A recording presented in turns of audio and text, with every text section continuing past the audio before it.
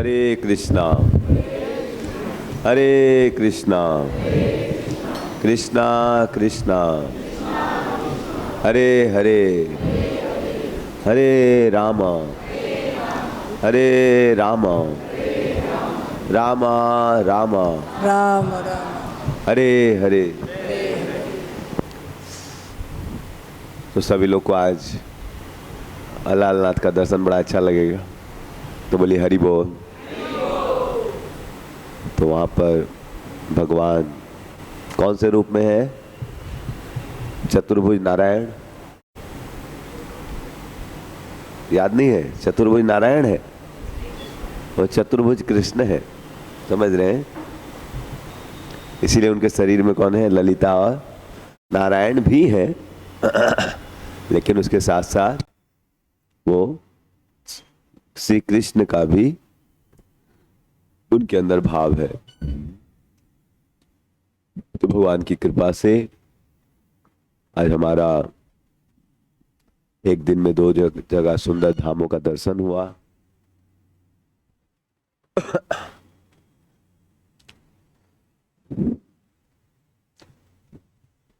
तो आज सुबह द्वारकाधीश प्रभु बताए थे कि हम धाम आते हैं 3 चीज करने के लिए।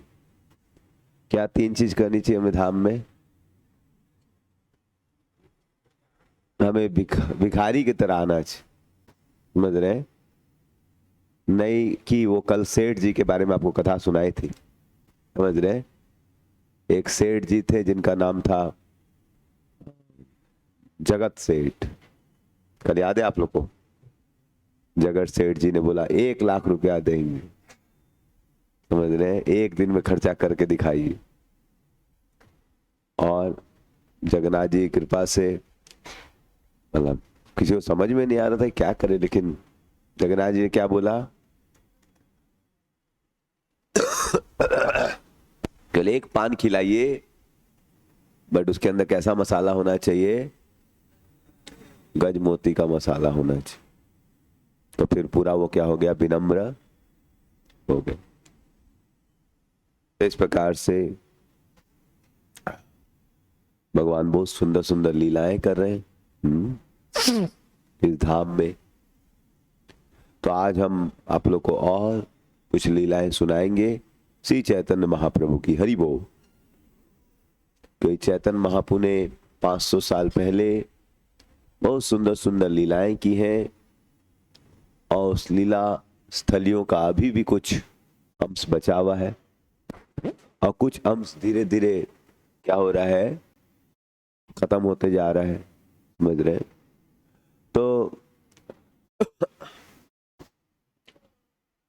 तो जैसे चैतन्य महाप्रभु जब तोता गोपीनाथ का दर्शन किया, उनको विग्रह कहाँ मिला?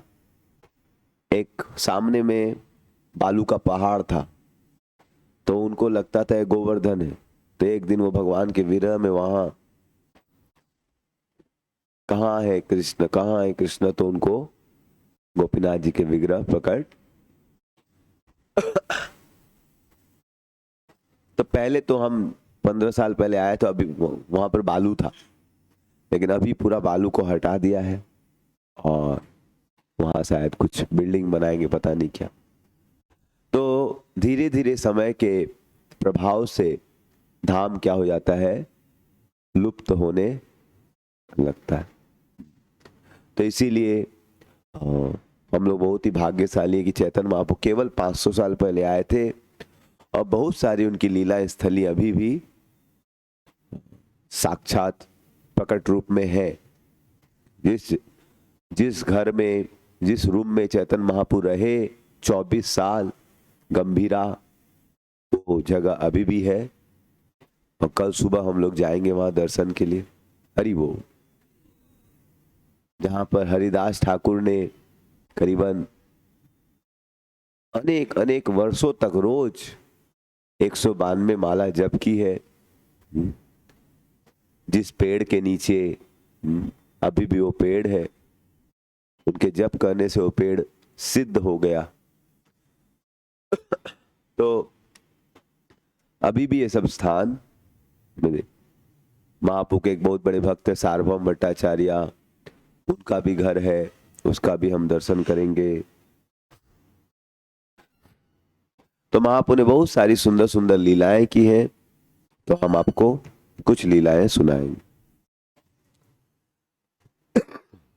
तो एक बार एक भक्त थे जिनका नाम था कालिदास। क्या नाम था? कालिदास।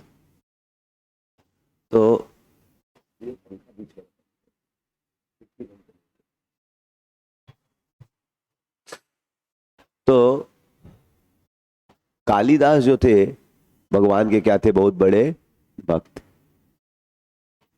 और उनको पूरी धाम में बड़ी विशेष कृपा मिली। पूरी धाम में जगन्नाथ जी क्या मिली? बड़ी। तो क्या कृपा मिली मैं इसको समझाऊंगा आप लोग को। तो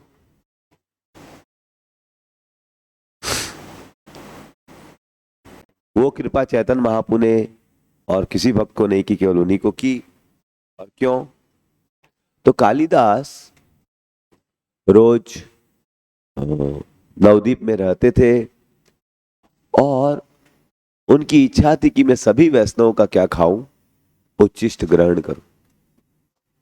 भगवान के प्रसाद को महाप्रसाद बोलते हैं, और भगवान के भक्त उसको खा लेते तो क्या हो जाता है? वो महा हो जाता। भगवान खाते तो क्या हो जाता है? महाप्रसाद। और भगवान के भक्त लोग जो प्रसाद ग्रहण कर लेते तो क्या हो जाता है? तो कालिदास को भक्तों में बड़ी श्रद्धा थी, तो वो नवद्वीप में जितने भक्त थे सबके घर गए थे, और सबके घर में उन्होंने क्या किया? आप कोई वैष्णव के घर जाएंगे, बोलेंगे उच्छिष्ट दीजिए, देगा आपको? कोई आपके घर में आएगा, आप माला करते हैं, बोले प्रभु जी अपना प्रसाद का जूठा दे दीजिए, आप देना चाहेंगे? देना नहीं चाहेंगे भाई, अपना उच्छिष्ट देंगे, पाप लगेगा। लेकिन वो क्या करते थे? बहुत वैष्णवों से विनती करते थे, लेकिन बहुत लोग देते नहीं थे। तो वो क्या करते थे? एक बार एक भक्त थे जिनका नाम था झाड़ू ठाकुर। क्या नाम था उनका? झाड़ू। तो झाड़ू जो भक्त थे वो निम्न जाति से थे, चंडाल जाति से थे, लेकिन वो बहुत बड़े वैष्णव थे। तो उनके घर में कौन चले गए? हमारे कालिदास। और क्या किया? उनको पता था ये तो अपना प्रसाद देंगे नहीं, तो उनके लिए आम लेके गए। अब किसी के घर में कुछ लेके जाएंगे तो मना थोड़ा ना करेगा, तो आम ऐसा कुछ लेके गए कि प्रभु जी थोड़ा सा गिफ्ट, थोड़ा सा आपके लिए सेवा, अपना चरण का थोड़ा धूली दे दीजिए। बोले अरे हम लोग तो इतने बड़े पापी, हम क्या चरण का धूली देंगे? बोले मैं तो नीच जाती हूँ, आप तो ब्राह्मण है। तो नहीं नहीं, आप वैष्णव है, वैष्णव के लिए कोई ऐसा नीच जाति, वैष्णव का उच्छिष्ट आदमी ले सकता है। बोले हाँ बात तो सही है, वैष्णव का उच्छिष्ट आदमी, लेकिन मैं वैष्णव हूं ही नहीं। वैष्णव होता तो ठीक है, लेकिन मैं तो वैष्णव। तो उन्होंने बहुत सारे शास्त्रों से कोट किया कि कैसे कोई भगवान का नाम लेता है, भगवान की शरण लेता है, तो वो चंडालों के घर में भी जन्म लिया फिर भी क्या हो जाता है? वैष्णव। लेकिन वो मानने के लिए रेडी नहीं। बोले सब ठीक बोल रहे हैं, लेकिन मैं वैष्णव नहीं हूं। बोले ठीक है, ये लीजिए आम, हरे कृष्णा, बहुत बहुत धन्यवाद। वो भी धन्यवाद बोले, उनको गेट तक आके छोड़े। फिर वो आगे आके छुप गए रोड के किनारे में एक जगह पे, घर के थोड़े दूर पे। अब वो जब घर में आए तो फिर आम खाने लगे, वो उनकी पत्नी दोनों मिलके आम। अब आम के अंदर गुठली होती है, गुठली को भी चूसने लगे, और फिर छिलका और गुठली को क्या लिए? उसको पैक करके डस्टबिन में फेंक दिए। और हमारे कालिदास जी वेट कर रहे थे छुप के, उनको तो पता था आम का छिलका तो कोई खा नहीं सकता है, और छिलका खा भी लिया तो गुठली तो कोई खा नहीं सकता है। तो उनको पता था गुठली तो जरूर गिराएंगे, समझ रहे। और पहले जमाने में घर के बाहर एक एरिया होती थी जहां लोग बगीचे में कहीं पर वहीं के आसपास वो खड़े थे, वो जब फेंक के चले गए तो वो उठा के एकदम खाने लगे कि वाह मुझे वैष्णव का महाप्रसाद मिल गया।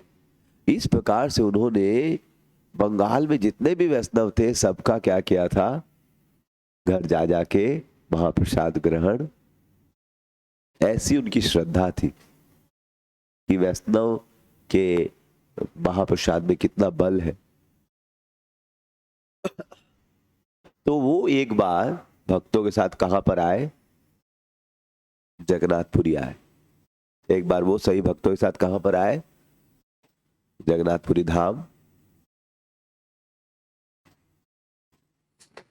और जब वो जगन्नाथ जी के दर्शन के लिए अंदर जा रहे थे, समझ रहे, तो जब वो जगन्नाथ जी के दर्शन के लिए अंदर जा रहे थे तो दर्शन के पहले एक जगह थी जहां भक्त लोग अपना पांव धोते थे। तो गोविंद महाप्रभु का पांव धुलाते थे और फिर वो लोग अंदर जाते थे दर्शन।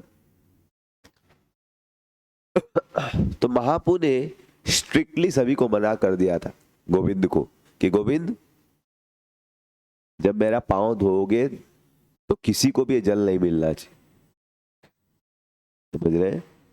तो इसलिए गोविंद ने एकदम सबको क्या कर रखा था, मना कर रखा था कि गोविंद की महाप्रभु ने एकदम स्ट्रिक्ट नियम बोला है, कोई भी उनके चरण का जल नहीं। तो एक दिन गोविंद पांव धुला रहे थे और उधर हमारे कालिदास आ गए। कौन आ गए? और महाप्रभु वहां खड़े हैं और उनका पांव गोविंद धुला रहा है और वो नीचे हाथ धर के महाप्रभु के पांव के नीचे एकदम उनके सामने ऐसे उनको देख के उनका चरण ऐसे लेके उसने क्या क्या पानी पी लिया। और गोविंद कुछ बोल नहीं पा रहा है बिकॉज सामने महाप्रभु ही खड़े हैं तो क्या बोले, और महाप्रभु उसको कुछ नहीं बोले, समझ रहे हैं। उसके बाद फिर दूसरा घूंट भी उसने पी लिया, फिर भी महाप्रभु कुछ नहीं।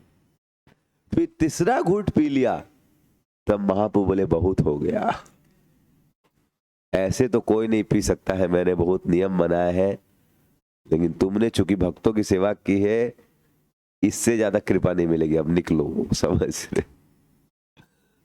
तो किसी को पता नहीं चला, लेकिन महाप्रभु ने कालिदास को क्या की, बड़ी विशेष कृपा। तो यह घटना जगन्नाथ मंदिर के ठीक सामने प्रांगण में हुई कि महाप्रभु ने कालिदास पे क्या की, विशेष कृपा। तो जो भक्तों की सेवा करते हैं उनको कभी न कभी विशेष कृपा जरूर उस समय होगी, ये जरूरी नहीं। आप सोचेंगे उसी समय हो जाएगी कृपा, ये जरूरी, लेकिन कृपा जरूर होगी, समझ रहे हैं। क्योंकि भगवान किए हुई सेवा को कभी भूलते नहीं। तो इसलिए ये सुंदर लीला के द्वारा हम सीखते हैं, क्योंकि वो दूसरों का जूठा खाते थे, किसी को नहीं पता था, किसी को दिखा के नहीं खाते थे, समझ रहे। लेकिन किसको पता था सब कुछ, किसको पता था सब कुछ? भगवान तो सब कुछ जानते हो, अंतर्यामी। तो इस चीज की ज्ञान जानकारी किसको थी? भगवान को तो थी। तो इस प्रकार से भगवान ने बड़ी अद्भुत लीला यहां पर की। तो इसलिए जीवन में जब हम कुछ सेवा करते हैं तो तुरंत उसका फल नहीं खोजना चाहिए कि अरे प्रभु जी आपने बोला था 4 माला करने, 4 साल हो गया, समझ रहे, अभी तक ठीक नहीं हुआ, समझ रहे। तो भक्ति में बहुत ज्यादा शीघ्र फल नहीं खोजना। भगवान की सेवा करेंगे, फल अवश्य मिलेगा। तो कालिदास 20-25 साल सेवा किए थे। और बाद में जब वो मायापुरी आए मायापुर से, तो महाप्रभु ने बड़ी विशेष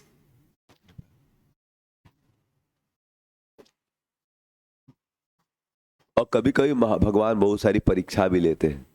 क्या लेते हैं?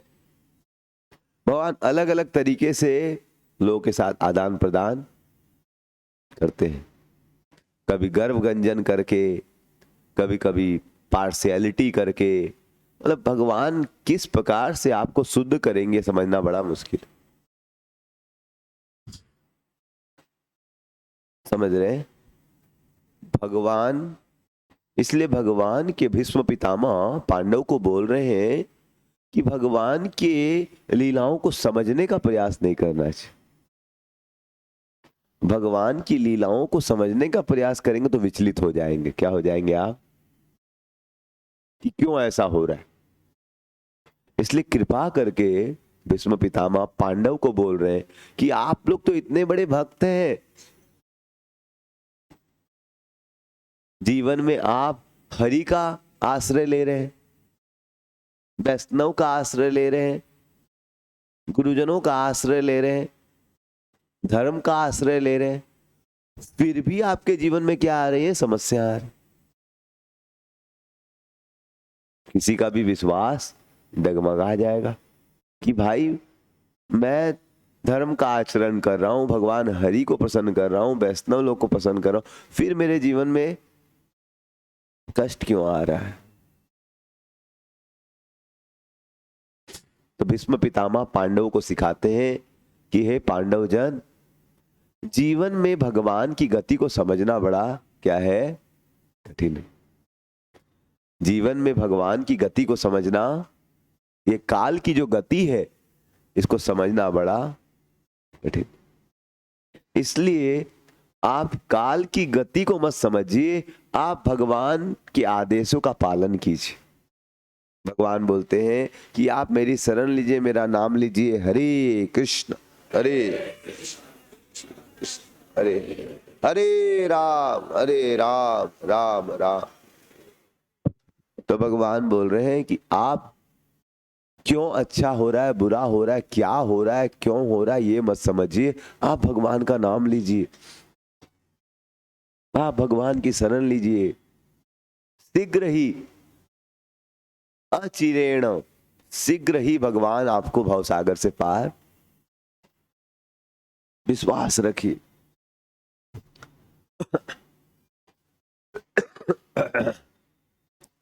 तो इसी पूरी धाम में बहुत लोग आते हैं और भगवान के प्रति बड़ा प्रेम उत्पन्न करके जाते हैं, और बहुत लोग इसी धाम में आके भगवान के प्रति उनका और द्वेष बढ़ जाता है।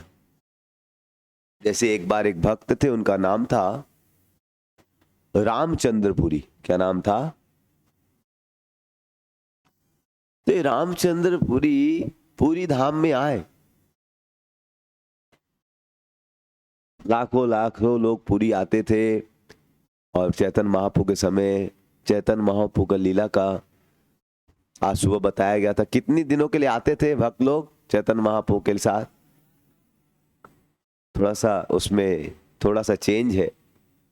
4 महीना यहाँ रहते थे, 4 महीना यहाँ पर, और आपका ट्रेन टाइम आपने जोड़ा नहीं। समझ रहे हैं? तो आप लोग क्या, आप लोग तो सब रात भर में पहुंच जाते हैं, लेकिन वो लोग पैदल चल के आते थे। कैसे आते थे? पैदल चल के। समझ रहे हैं? तो पैदल चल के आएंगे अगर आप नवद्वीप से पूरी 500 किलोमीटर, 700 किलोमीटर, 800 किलोमीटर, तो कितना टाइम लगेगा 800 किलोमीटर चलने में? रोज आदमी 20 किलोमीटर भी चले, 30 किलोमीटर भी चले, तो 1 महीना लग जाए। तो 1 महीना चलने में लगता था, 1 महीना जाने में लगता था, और 4 महीना रहते। तो कितना महीना हो गया? 6 महीने। ऐसे थे महाप्रभु के पास। और फिर जाना नहीं चाहते थे। महाप्रभु बोलते जाइए। महाप्रभु क्या बोलते थे? बहुत हो गया। समझ रहे? कितना दिन रहेंगे? थोड़ा सा उधर भी घर गृहस्थी है। समझ रहे? और आप लोग अगर नहीं जाएंगे तो प्रचार कौन करेगा? दिन भर इधर ही रहेंगे तो उधर प्रचार भगवान का कौन करेगा? तो इस प्रकार से इस प्रकार से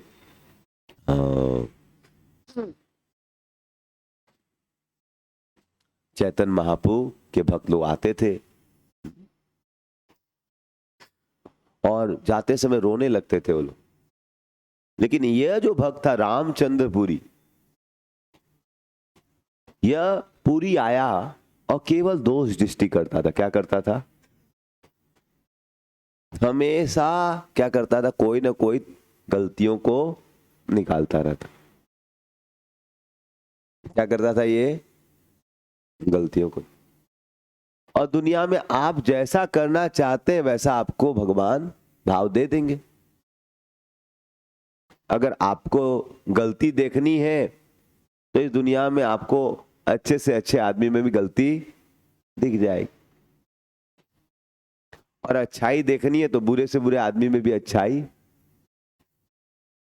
जैसे एक बार दुर्योधन को भेजा गया, जाओ दुर्योधन जाओ, किसी को खोज के आओ जो तुमसे बढ़िया है। समझ रहे? सुबह निकला था 6 बजे, शाम का सूरज ढल गया, उसको एक आदमी भी ऐसा नहीं मिला जो उससे बढ़िया था। बोला हमसे बढ़कर। एक बार उसका सेवक पूरा धूप था, बोला सर रुकिए रुकिए, आपके लिए छाता लगा रहे थे। पूरा धूप था तो बोला छाता लगा। तो अब आप पूरा धूप से जल रहे हैं, कोई प्रेम से छाता लगा दे तो मतलब आप धन्यवाद बोलेंगे, ठीक है भाई, मतलब ऐसे वैष्णव सेवा लेना नहीं चाहते, लेकिन अब आप मर ही रहे हैं तो आप धन्यवाद बोलेंगे, थैंक यू जब मेरा जीवन बचाने के लिए। लेकिन दुर्योधन क्या बोला? उसको ऐसे आंख दिखाया, क्या कर रहा है? आंख देख के कांप गया, क्या करें? उसने समझ में नहीं आया क्या नहीं करे करे। बोला छाता नीचे कर, छाता नीचे कर। बोला हुजूर प्रचंड गर्मी है, सूरज आपके सर पे गिर रहा है। बोला मेरे को बुद्धि नहीं है क्या? मेरे को नहीं दिखता है क्या? मेरे को समझाएगा? छाता नीचे कर।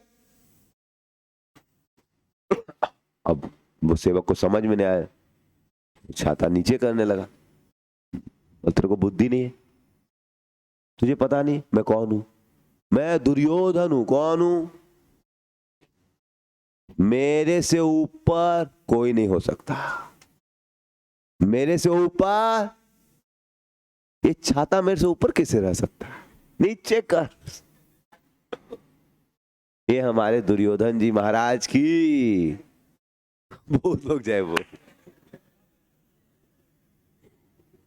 जय बोलने वालों की। अरे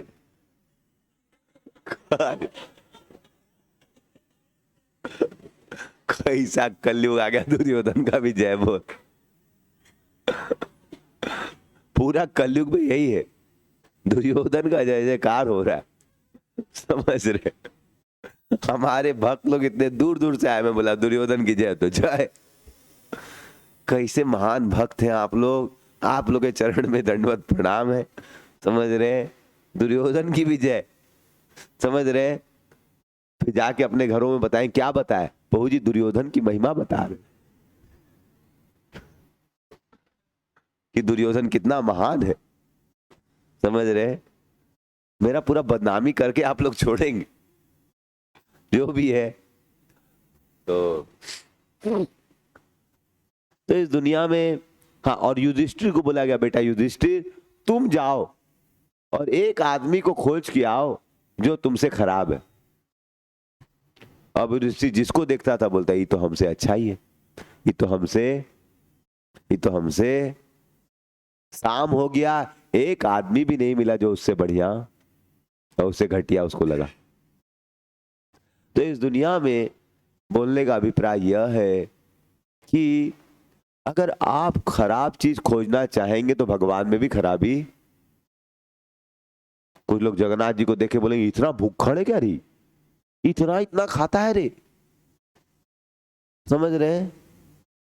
तो जगन्नाथ जी में भी दोस्त निकाल लेगा। समझ रहे हैं? तो इस प्रकार से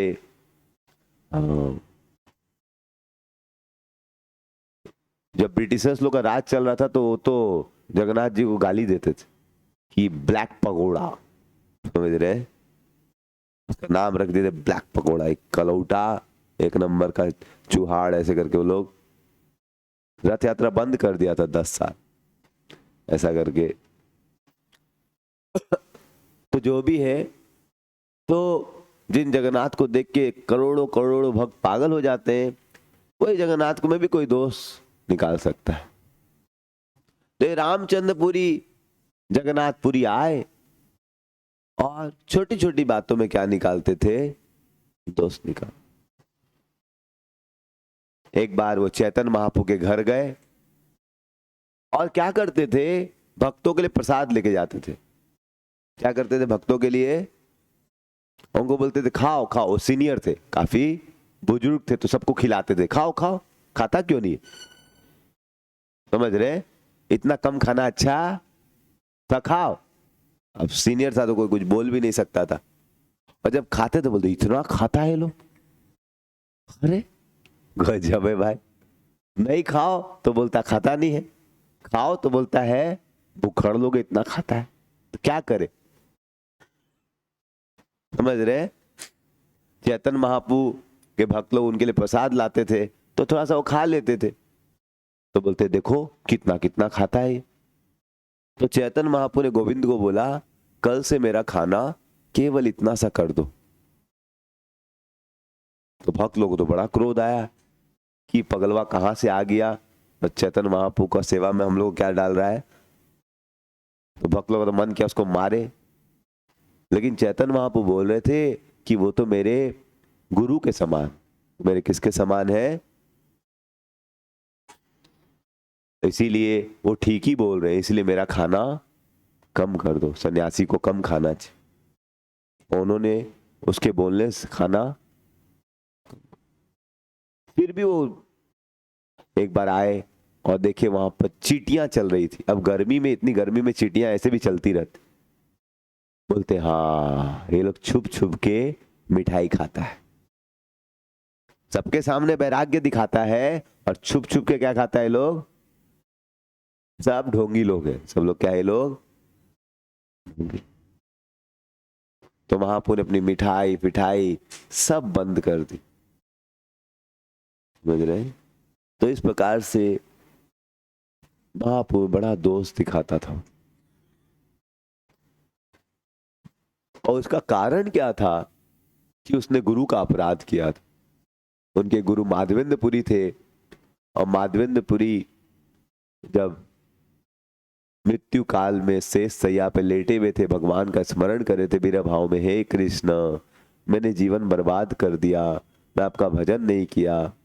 एक बहुत बड़े वैष्णव भगवान के प्रेम के कारण ऐसे विरह में रोते हैं कि मैंने जीवन बर्बाद कर दिया।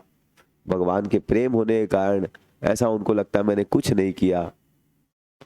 लेकिन यह वो भक्ति भाव में अवज्ञ था, तो वो सोचा, वो अपने गुरुजी को बोलता है गुरुजी आप ब्रह्म में लीन हो जाइए, आप ब्रह्म में ध्यान कीजिए। ये सब कृष्ण उसने के पीछे ऑलरेडी भगवान में लीन, और वो बोल रहा है ब्रह्म में लीन हो जाइए। यू माथा उनका गर्म हो गया, बोला भागो तुम यार। तो गुरु का अपराध करने के कारण वो इतना बड़ा दोषदर्शी बन गए। और गुरु की सेवा की थी बहुत अच्छे तरीके से किसने? ईश्वरपुरी ने। ईश्वरपुरी ने गुरु के अंत काल के समय में गुरु के कपड़े धोना, गुरु की शरीर को साफ करना, गुरु हिल भी नहीं पाते थे तो उनको दिन रात सेवा करना। तो यह देखकर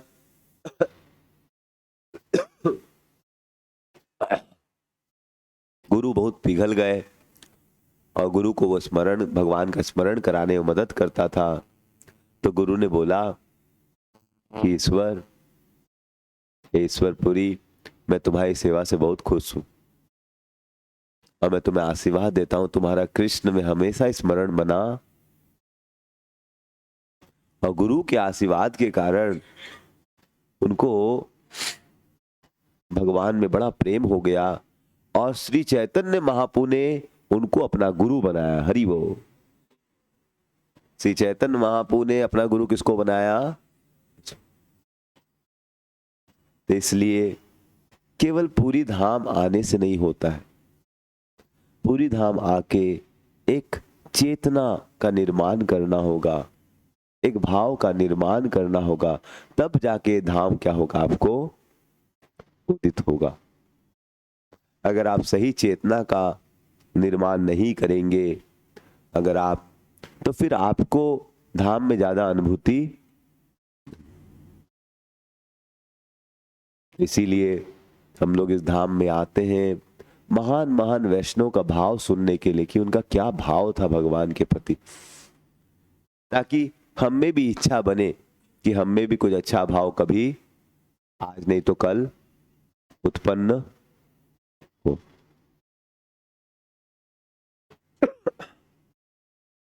तो बहुत सारे लोग पूरी धाम आते हैं, लेकिन जिनकी भावना विनम्र भाव होता है, उनको भगवान बड़े विशेष कृपा करते हैं।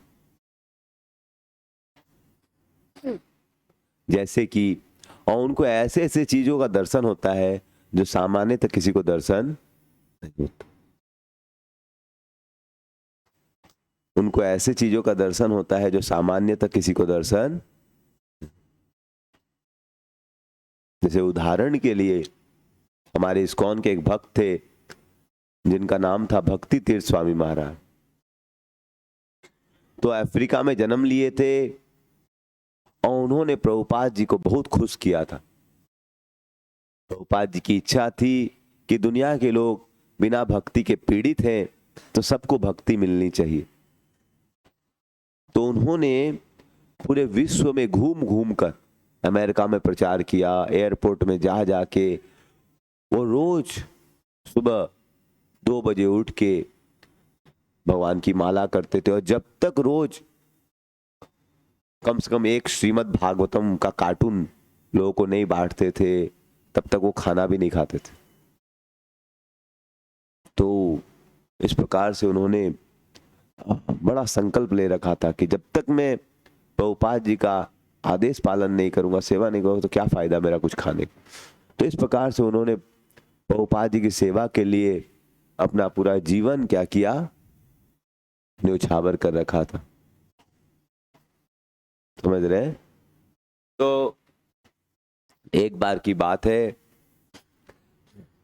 कि वो प्रभुपाद जी से मिलने गए और प्रभुपाद जी ने सुना कि उन्होंने इतने इतने लोगों को प्रचार किया है, और उन्होंने रसिया में भी जाके प्रचार किया, जहां पर उस समय घुसना मतलब अगर आप पकड़े गए तो आपको जो जान से मार देंगे। तो जान की रिस्क ले लेके उन्होंने प्रभुपाद जी की प्रसन्नता के लिए क्या किया। तो प्रभुपाद जी को जब पता चला तो बहुत खुश हुए और प्रभुपाद जी ने आशीर्वाद दिया। 1 साल में उन्होंने सबसे ज्यादा इस्कॉन में उन्होंने बुक वितरण किया था, अकेले वर्ल्ड में रैंक नंबर 1 था।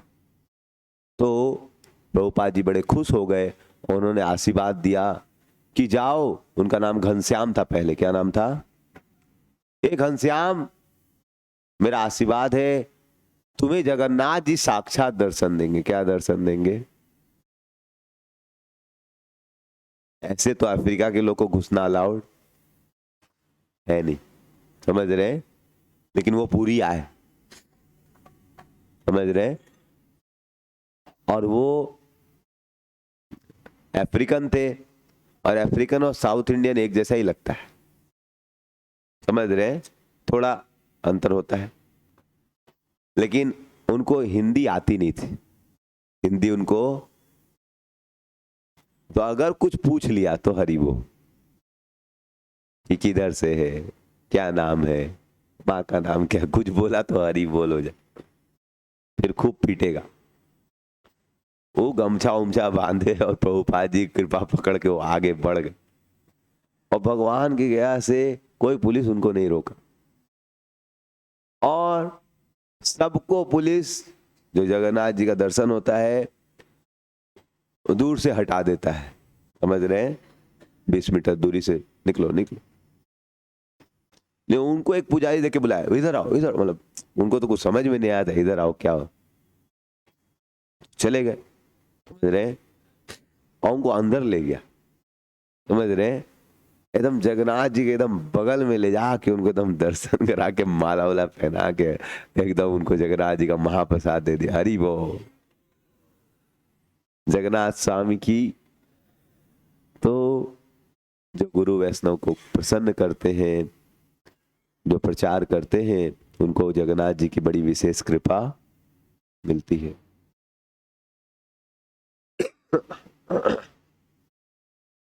तो एक बार एक भक्त थे जिनका नाम था राजा प्रताप रुद्र। क्या नाम था? तो राजा प्रताप रुद्र तो बहुत बड़े राजा थे। और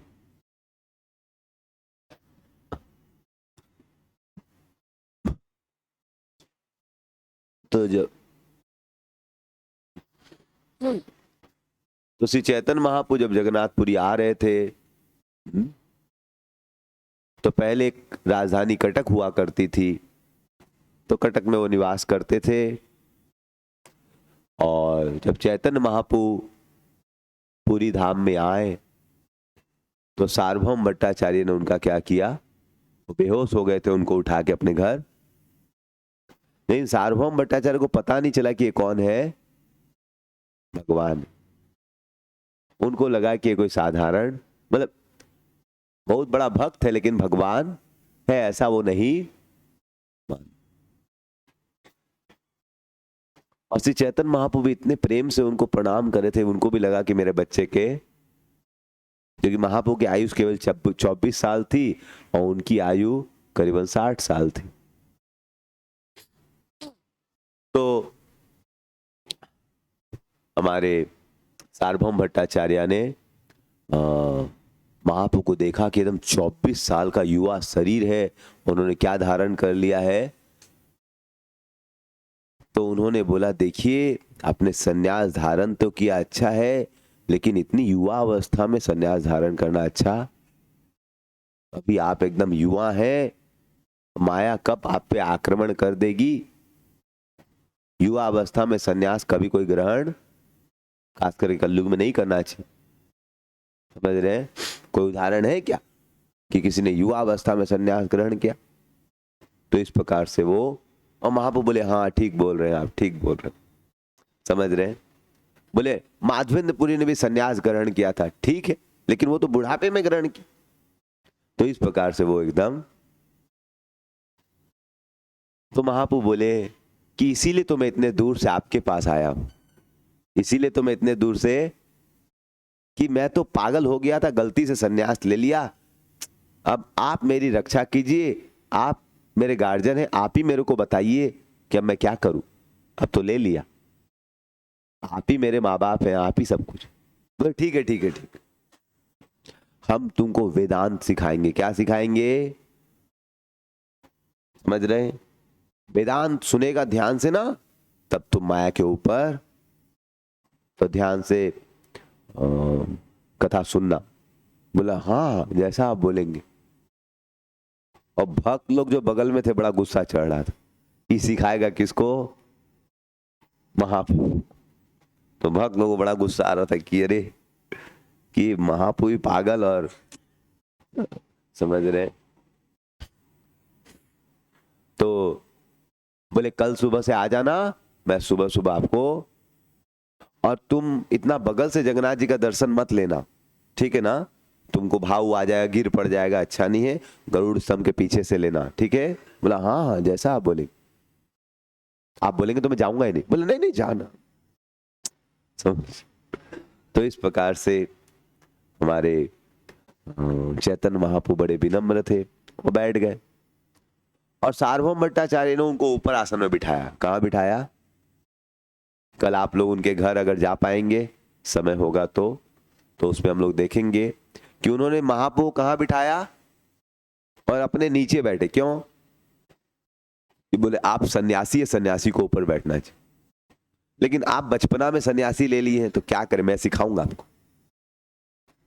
आप सन्यासी इसलिए ऊपर बैठिए, लेकिन आप अभी परिपक्व नहीं है तो ज्ञान मेरे को देना पड़ेगा, इसलिए मैं नीचे बैठता हूं, क्योंकि आप सन्यास धारण कर चुके हैं तो आप ऊपर बैठिए। तो सार्वभौम नीचे बैठ गए और महाप्रभु कहां बिठा दिए, और महाप्रभु क्लास देना चालू कर दी। महाप्रभु प्रेम से सुन रहे। सुबह से रात तक क्लास चला। सुबह 8 बजे क्लास चालू हुआ था, शाम को 8 बजे तक क्लास चला, और महाप्रभु एकदम ध्यान से सुन रहे थे।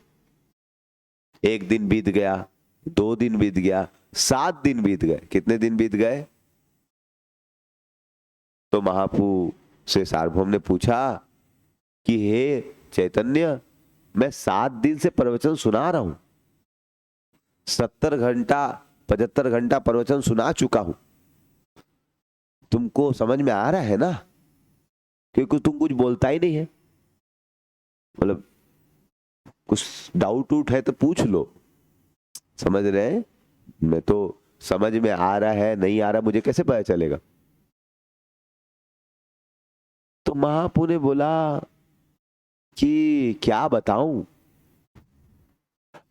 समझने की जहां तक बात है, जो आप वेदांत सूत्र पढ़ा रहे हैं उसका तो मुझे क्लियर मीनिंग पता है, मुझे तो उसका अर्थ साफ साफ पता है, स्पष्ट है। लेकिन आप जो बता रहे हैं ना वो समझ में नहीं आ रहा।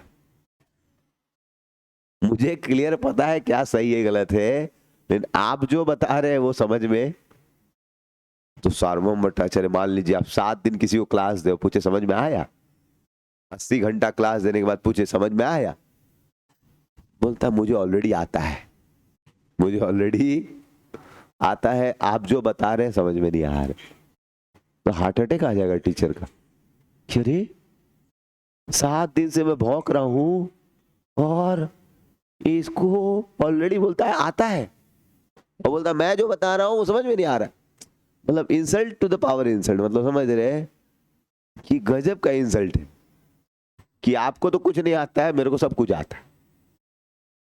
तो सार्वभौम भट्टाचार्य कुछ बोल भी नहीं सकते, क्रोधित भी नहीं हो सकते थे, क्योंकि वो खुद ही पूछ रहे, और 7 दिन बेचारा कोई आपका सुना है तब उसमें क्या चिल्लाएंगे, समझ रहे?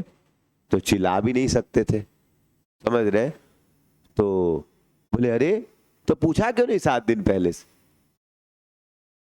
बोले क्या पूछना था, मुझे तो वेदांत सूत्रों का जो अर्थ है वो जैसे सूरज होता है आसमान में वैसा ही दिख रहा था, बट आपकी टिप्पणी कैसी थी, बादल के समान उसको ढक दे रही थी। तो बोला ठीक है, तुमको बढ़िया आता, तुम बताओ, तुमको अगर मेरे से ज्यादा अच्छा आता है तुम बताओ। और फिर महाप्रभु ने उन्होंने 9-10 तरीके से मीनिंग बताया था। महाप्रभु ने उनके एक भी तरीकों को नहीं छुआ, और सार्वभौम भट्टाचार्य ने जितने मीनिंग हो सकते, जितने उस श्लोक के विश्लेषण हो सकते सब कर दिए थे। उसके बाद संभव, और महाप्रभु उसको छोड़कर और अनेक अनेक प्रकार से क्या किए, टिप्पणी। सार्वभौम का सर चकरा गया, भाई ये मनुष्य नहीं हो सकता, ये आदमी मनुष्य में ऐसा शक्ति, ये साक्षात क्या है। और तभी उसी समय चैतन्य महाप्रभु ने उनको क्या रूप दिखा दिया, षड़भुज गुरु, हरि बोल। उनके 2 हाथ में क्या था, धनुष और बाण, और 2 हाथ में बंसी, और 1 हाथ में डंडा था, और 1 हाथ में सन्यासी का कमंडल। तो उन्होंने एक रूप में दिखाया कि वही मैं राम भी हूं, वही मैं चैतन्य भी हूं, और वही मैं कृष्ण भी। तो इस प्रकार से फिर सार्वभौम एकदम बहुत बड़े भक्त, वो बोले मुझसे बहुत बड़ी गलती हो गई, मैं आपको एक नॉर्मल आदमी समझा, मुझे माफ।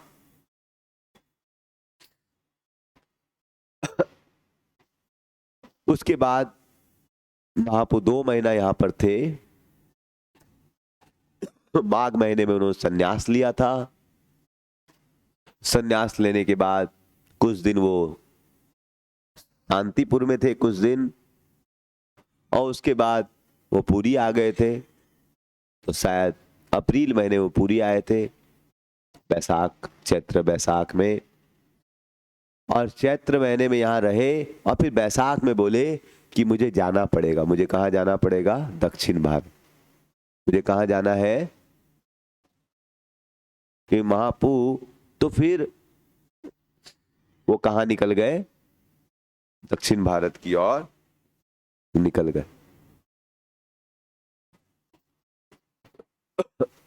तो दक्षिण भारत की ओर जब निकल गए तो फिर वहां पर बहुत सारे वैष्णव रोने लगे। तो उस समय सार्वभौम भट्टाचार्य ने बोला कि एक मेरा आपसे विनती है। पहले तो सार्वभौम भट्टाचार्य जाने ही नहीं दे रहे थे। फिर महाप्रभु बोले नहीं, मेरा प्रचार है, मुझे तो जाना पड़ेगा। तब फिर सार्वभौम भट्टाचार्य बड़े रोते रोते उनको छोड़े। ठीक बोले, लेकिन आप दक्षिण भारत जा रहे हैं तो मैं आपको एक बात बताना चाहता हूं कि मैं भ्रमण करते रहता हूं। तो एक बार मेरी एक भेंट एक भक्त से हुई थी, उसका नाम था रामानंद राय। क्या नाम था? राय रामानंद। तो ये राय रामानंद, जब मैं उससे मिला तो ये हमेशा भगवान का नाम लिया करता था। तो मुझे लगा कि ये भावुक है। मुझे क्या लगा? मुझे क्या लगा? ये क्या है? हरे कृष्णा बोलते रहता है। लेकिन आपके मुख से हरि कथा सुनने के बाद मैं समझ गया कि वो कोई भावुक नहीं, वो महाभाव उसके अंदर भगवान का। तो कृपा करके आप अवश्य उससे मिलिएगा। वो ऐसे तो गवर्नर है, लेकिन आप उसको देख के ये मत सोचिएगा गवर्नर है कि मिनिस्टर है, सब भोगों में लिप्त होगा। वो बहुत ही बड़ा भगवान का भक्त है। मैं समझ नहीं पाया था, लेकिन आपके द्वारा हरि कथा सुनने के बाद मैं समझ पा रहा हूं कि वो क्या है, बहुत बड़ा भक्त। तो बोले ठीक है। तो महाप्रभु दक्षिण भारत की ओर निकले। रामानंद राय और बहुत सारे तीर्थों में गए, रामानंद राय के साथ संवाद किया, और 2 सालों में घूम के महाप्रभु फिर कहां पर वापिस आए? पुरी में वापिस आने की बात। जब इधर महाप्रभु पुरी से निकल गए थे, तब एक दिन राजा प्रताप रुद्र सार्वभौम भट्टाचार्य से मिलने आए। उनके गुरु थे कि मैंने सुना एक बहुत बड़े सन्यासी हमारे राज्य में आए थे। बोला हाँ, सन्यासी नहीं, वो भगवान स्वयं साक्षात भगवान है। बोला मुझे तो पता नहीं साक्षात भगवान है, लेकिन आप बोल रहे हैं गुरुजी तो मैं मान लेता हूं। क्योंकि आप बोल रहे हैं तो गुरुजी तो गलत नहीं बोलेंगे, तो मैं इसको मान लेता हूं।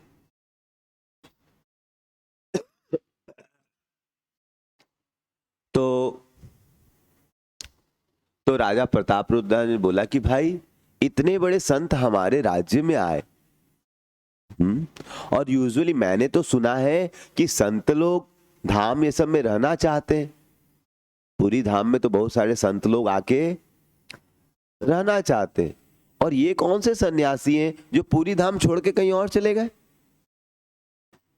ये पूरी धाम तो बहुत बड़ा क्या है, धाम है, इसको छोड़ के कैसे चले गए? बोला ये सन्यासी बहुत ही बड़े विरक्त सन्यासी हैं, ये बहुत ही बड़े भक्त हैं। तो वो लोगों का कल्याण करने के लिए कहां गए हैं? दक्षिण भारत की यात्रा प्रचार करने। तो बोले लेकिन आपने उनको रोकना चाहिए था कि हमारे राज्य में रुकिए, आपने रोका क्यों नहीं? बोला मैंने तो बहुत प्रयास किया, लेकिन वो नहीं सुने। तो प्रतापरुद्र महाराज रोने लगे कि भाई मेरा कितना बड़ा दुर्भाग्य है कि हमारे राज्य में एक इतने बड़े संत आए, हम उनसे मिल भी नहीं पाए। तो आप एक काम कीजिएगा, अगली बार जब वो आएंगे, सुना आप पे बहुत कृपा किया, सुना आप पे बहुत, समझ रहे, आपसे बहुत कृपा किया, सुना आपके घर में रुके, हाँ, आपके साथ बहुत आदान प्रदान किए हैं, ऐसा लोगों से सुना है मैंने, और आपका व्यवहार भी देख रहा हूं बदल गया है। पहले आप एक भगवान को व्यक्ति नहीं मानते थे, एकदम निष्ठुर थे आप, सब कुछ ब्रह्म है ये वो। अब आपका हर चीज में भगवान के प्रति, भगवान को अच्छे से भोग लगाना चाहिए, ये करना चाहिए, वो करना चाहिए। तो मुझे समझ में आ रहा है कि आप पर उन्होंने बहुत कृपा, तो कृपा करके वो जब आएंगे तो मेरी भी भेंट। तो सार्वभौम भट्टाचार्य को लगा कि वो तो मुझसे बहुत प्रेम करते हैं चैतन्य महाप्रभु, तो बोले हाँ हाँ आएंगे तो बात, और आप इतने बड़े भक्त हैं, टेंशन मत लीजिए, मैं भेंट करवा दूंगा।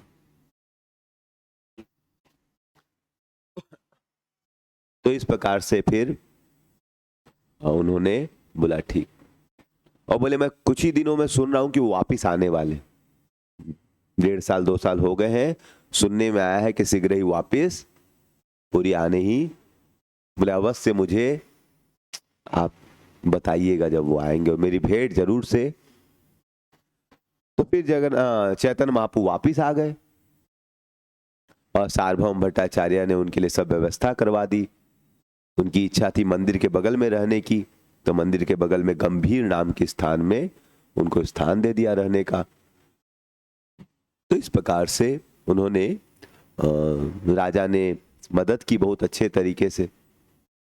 फिर जब महाप्रभु आ गए तो सार्वभौम भट्टाचार्य किससे मिलने के लिए गए? महाप्रभु से मिलने गए। महाप्रभु और लोगों को ये भक्त है, ये भक्त बहुत अच्छा है, ये वो। और फिर सार्वभौम भट्टाचार्य ने बताया कि महाप्रभु एक बहुत बड़े भक्त हैं। ये कौन है? बहुत बड़े भक्त, उनका नाम है राजा प्रताप रुद्र। तो कृपा करके उनसे भी आप थोड़ा सा दर्शन दे दीजिए। महाप्रभु बोले छी, मैं राजा लोग से मिलूंगा? राजा लोग भोग में विलिप्त रहते हैं, भोग में लीन रहते हैं, उनके साथ में रहूंगा? छी, मेरा सन्यास भंग हो जाएगा। तुम ऐसी बात बोले कैसे? तुमको शर्म नहीं आती सार्वभौम? बोला महाप्रभु वो ऑर्डिनरी राजा नहीं है, वो वैष्णव है, बहुत बड़ा भक्त है। बोलो उसके नाम में राजा लग गया, बेकार हो गया। जैसे रबड़ी में अगर थोड़ा सा भी जहर मिला दिया जाए तो रबड़ी हरी बोल हो जाती है। तो कितना ही बड़ा वैष्णव, उसके नाम में राजा लग गया, हरी बोल। सार्वभौम बोले नहीं नहीं महाराज, भगवान बहुत ही अच्छा भक्त है। महाराज श्री चैतन्य महाप्रभु ने बोला ठीक है, अगर ऐसा है कि तुम लोग चाहते हो कि मैं राजा से मिलूं, ये करूं वो करूं, तो मैं, तुम लोग को जो करना है करो, मैं भाग रहा हूं यहां से, मैं अलालनाथ चला जाऊंगा। और यह सुन के पूरे भक्त लोग वो अपना बोले लगेज पैक करके जा रहा हूं मैं। बोले नहीं नहीं आप रुकिए। बोला अगले बार कभी भी नाम लिया राजा से मिलने का तो मैं पैक करके, तो लोग बोलना बंद कर दी। लेकिन राजा से फिर जब सार्वभौम भट्टाचार्य की भेंट हुई, राजा ने पूछा, पूछे पूछे क्या बोले महाप्रभु, भेंट होगी मेरी? बोले पूछा तो था, लेकिन रिप्लाई में मिला नो एंट्री। क्या बोर्ड लगा दिया गया आपके लिए? बोला कोई भी मिल सकता है लेकिन आप नहीं मिल सकते। बोले क्यों? बोला आप राजा हैं इसलिए आपको मिलने नहीं। बोला ऐसा है तो मैं राजा का पद भी आज छोड़ दूंगा, मैं अभी भिखारी हो जाऊंगा, मैं विरक्त हो जाऊंगा। समझ रहे? अगर राजा की पदवी होने के कारण मैं भगवान को नहीं प्राप्त, क्या फायदा है ऐसी पदवी का? मैं आज पूरा दरबार छोड़ के मैं सब कुछ छोड़ दूंगा। लोग घबरा गए कि इतने बढ़िया राजा छोड़ देंगे तो कैसे समाज चलेगा। बहुत ही सब लोग चिंतित हो गए। तो सार्वभौम भट्टाचार्य बहुत खुश हो गए कि टेंशन मत लीजिए, आपका ऐसा लगन है, भगवान को तो दर्शन देना ही पड़ेगा। भगवान को तो दर्शन, अगर कोई भक्त में तीव्र लालसा है तो भगवान को दर्शन देना ही।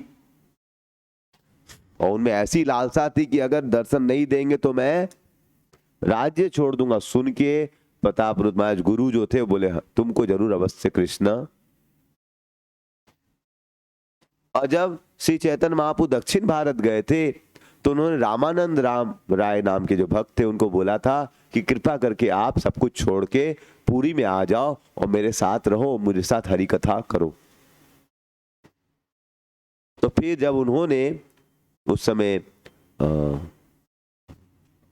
हैदराबाद के आसपास कोवूर नाम का जगह है, तो वहां के राजा भी प्रतापरुद्र महाराज थे, तो उन्होंने राजा से परमिशन लिया कि चैतन्य महाप्रभु ने मुझे बोला है कि मैं अगर सब कुछ छोड़ के उनके सेवा में लग जाऊं तो अच्छा रहेगा। तो राजा ने बोला हाँ हाँ, इससे बढ़िया क्या होगा कि आपको श्री चैतन्य महाप्रभु की सेवा मिलेगी, और आप चिंता मत कीजिए, आप अच्छे से चैतन्य महाप्रभु की सेवा कीजिए और आपको डबल पगार मिलेगी। कितनी पगार मिलेगी? जॉब भी नहीं करना है और आपको डबल। तो रामानंद राय आए और चैतन्य महाप्रभु से मिले कि तुम आ गए, बहुत अच्छी बात है। और उसके बाद रामानंद राय ने बोला कि भगवान मैं क्या बताऊं, एक भक्त बड़े विशेष हैं। कौन? प्रतापरुद्र महाराज, उनके कारण ही मैं आपसे मिल पा रहा हूं।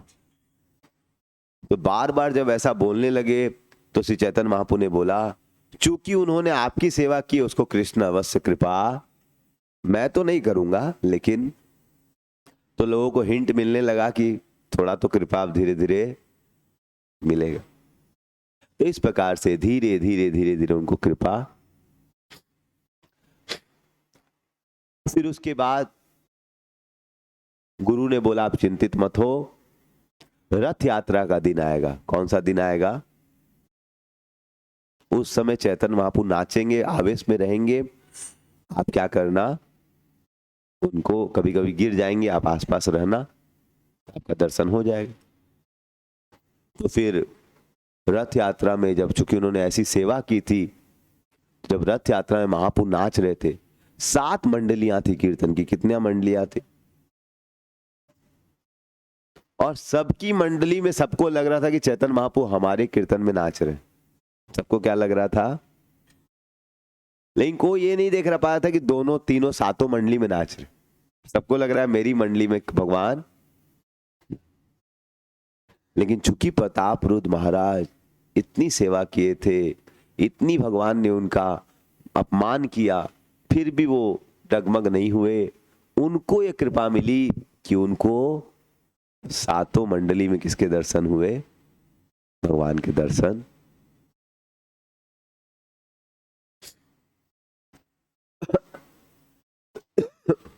और उनके गुरु को भी हुए और किसी को नहीं हुए। इसके बाद प्रतापरुद्र महाराज को कृपा हो गई थोड़ी, और चैतन्य महाप्रभु नाचते नाचते एक बार गिर गए। और किसके गोदी में गिर गए? प्रतापरुद्र महाराज के गोदी। समझ रहे हैं? तो महाप्रभु कृपा करके किनकी गोदी में गिर गए? प्रताप। तो उनके गोदी में थे। और जब महाप्रभु उठे तो बोले राजा विषय विषय, एकदम चिल्लाने लगे, छी छी छी छी, छोड़ो, मेरा जीवन अब पवित्र हो गया। यह सुन के राजा पूरा डर गया कि भाई हम सोचे थे कृपा मिल रहा है, लेकिन ये तो अभी भी गुस्सा ही है। तो पूरा भागने लगे कि भाई बड़ा हम गलत सोच रहे थे। तब सार्वभौम भट्टाचार्य ने उनको रोक लिया। नाटक चल रहा है। क्या चल रहा है? क्या चल रहा है? ये तुम्हारा परीक्षा चल रहा है, और नाटक तुमसे बहुत पसंद है, लेकिन तुमको क्या कर रहे हैं? टेस्ट ले रहे। बोले टेस्ट? ऐसा आंख देखा है मैंने उनका लाल वाला कि हमको नहीं लग रहा है टेस्ट लग रहा है, रियल में लग रहा है कि गुस्सा है। अरे तुम टेंशन मत लो ना, अभी थोड़ा देर बाद नाचते नाचते थक जाएंगे, बालगंडी आएगा, वहां पर वो रेस्ट लेंगे, तुम जाना उनका पांव दबाना और गोपी गीत गाना, बस बहुत खुश हो जाएगी। बोला नहीं नहीं, अभी तो छुए थे तो ऐसा मतलब हरी बोल हुआ है, पाँव दबा दिए तो जाने निकाल देंगे। अरे बोले जाओ तो तुम। तो गुरु पे विश्वास रखे हो गए, आप लेटे हुए थे, उनका चरण दबाने लगे और गोपी गीत गाने लगे। तव कथा मृतम तप्त जीवनम तो इस प्रकार से श्लोक आता है, कैसे तव कथामितम तप्त जीवनम, कि भगवान की कथा किसके समान है? अमृत के समान। तो जब ये सुनते हैं कौन? श्री चैतन्य महाप्रभु, तो एकदम उछल जाते, बोलते भूरिदा भूरिदा, बहुत अच्छा, कौन है कौन है?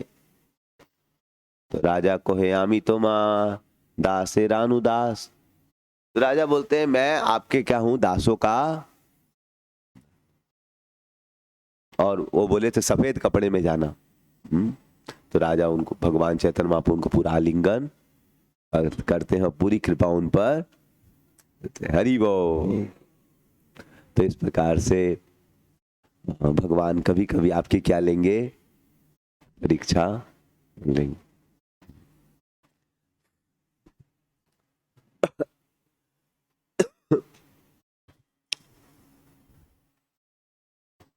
तो भगवान पे श्रद्धा रखनी चाहिए। जैसे आज हम लोग अलालनाथ गए थे, तो हम लोग अपने आंखों से देख पाएंगे उस पत्थर को, जिस पत्थर पे महाप्रभु ने प्रणाम किया था, कितना गहरा गड्ढा हो गया। आपने देखा है? कितने लोगों ने देखा था वो पत्थर जिस पे महाप्रभु ने प्रणाम किया था? हाँ, इतना मोटा गड्ढा था, पानी। समझ रहे? आप लोग प्रयास कर सकते हैं दंडवत मारने का, अगर आपका उंगली का निशान पड़ जाए तो समझेंगे बहुत बड़ा। समझ रहे हैं? आपके अंदर भाव आ गया। और उन्होंने जब प्रणाम किया तो पूरा पत्थर इतना पिघल गया, पानी इतना गहरा था। देखे थे आप लोग?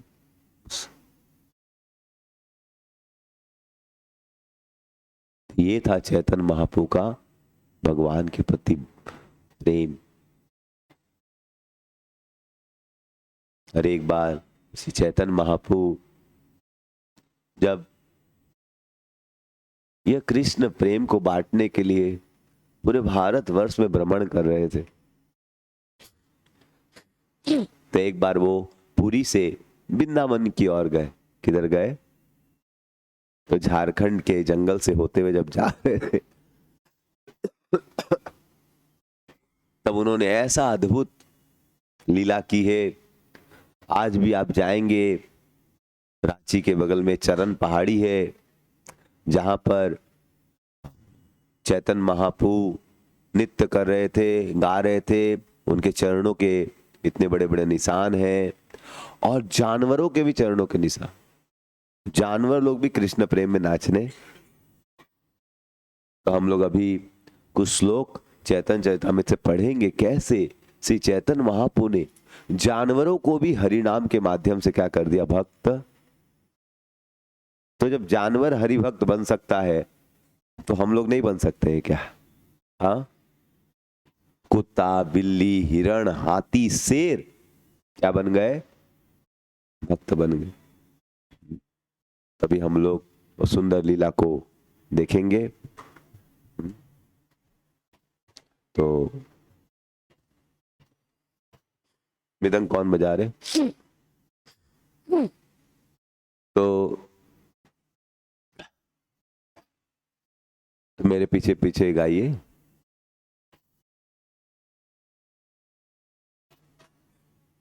तो श्री चैतन्य महाप्रभु हमेशा भगवान का नाम लिया करते थे। निर्जन वने चले प्रभु कृष्ण नाम लइया,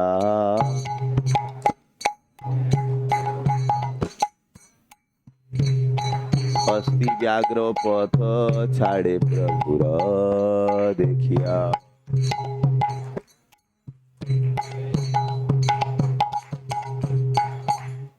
तो एकदम निर्जन वन था भगवान। अभी भी आप जाएंगे, झारखंड का वन जो है कोडरमा तरफ बॉर्डर में काफी निर्जन है। तो वहां से हमारे श्री चैतन्य महाप्रभु जा रहे हैं,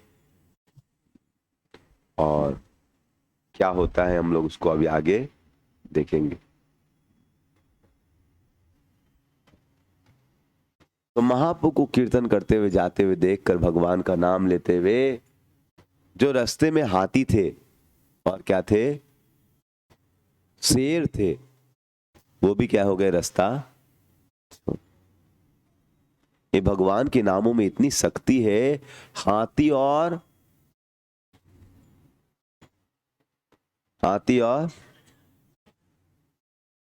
शेर ये सब भी रास्ता छोड़ दी। समझ रहे? पाले पाले व्याघ्र हस्ती गंडा सुकर गण।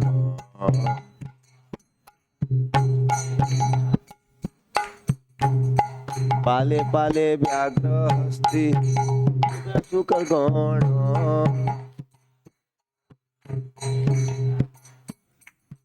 हे तार मध्ये आवे से प्रभु करिला गमन।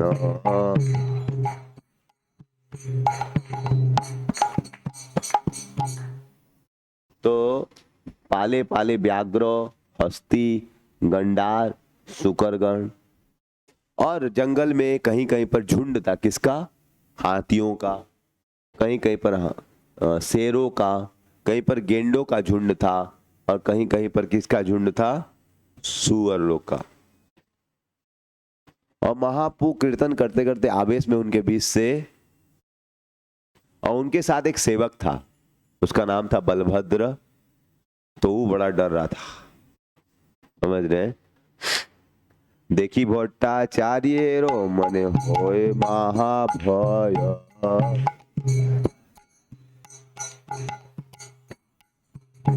प्रभुर प्रतापे तार एक पास है।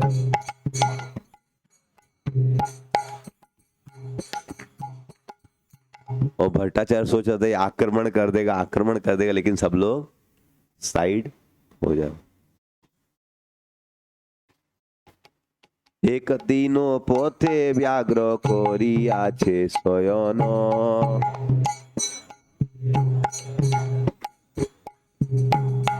आवे से तार गाए प्रभु लागिला चरण।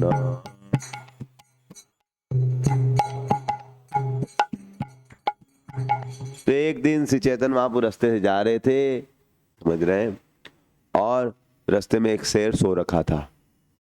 तो चैतन्य महाप्रभु ने क्या किया, उसको थोड़ा, अब वो बीच में आ गया तो उनको हल्का सा पांव से छू दिया, और जैसे उसको पांव से छुआ महाप्रभु ने, महाप्रभु की चरण धूलि पाते ही उसमें क्या आ गया?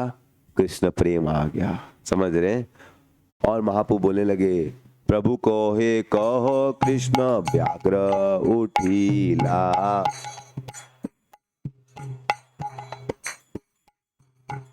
महाप्रभु ने बोला, ए शेर उठो, उठो, बोलो हरे कृष्णा।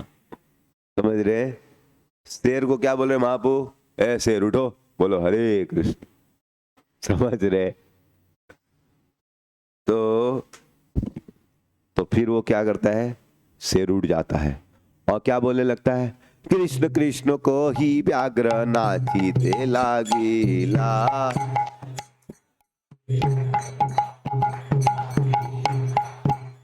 तो वो जो शेर था, भगवान कृष्ण का नाम ले लेके क्या हो गया? नाचने।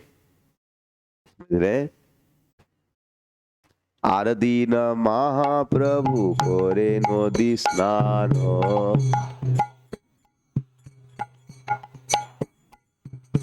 मत हस्ती यूथ आइला करी ते जलपान।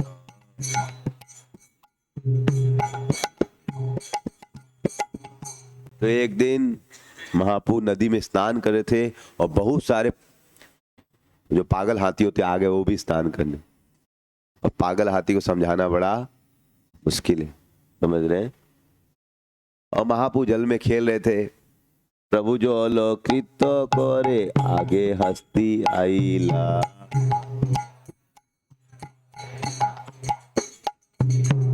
कृष्ण कह बोली प्रभु जल फेली मारीला।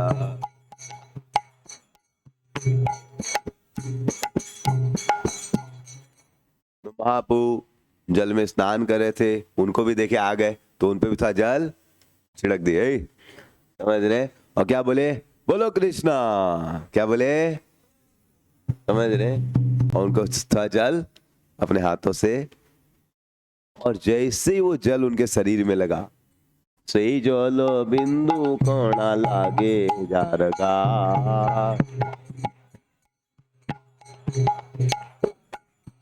ऐसे ही कृष्ण कृष्ण को हे प्रेमे नाचेगा।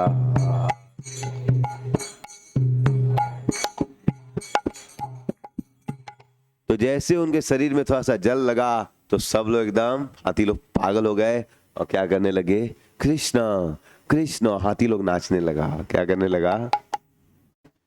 और अभी भी आप जाएंगे चरण पहाड़ी, वहां पर स्थान है, हाथी का इतना बड़ा पांव का गड्ढा है, हाथी का पांव का इतना बड़ा गड्ढा। केह भूमे पोड़े केह करे अचित्कार।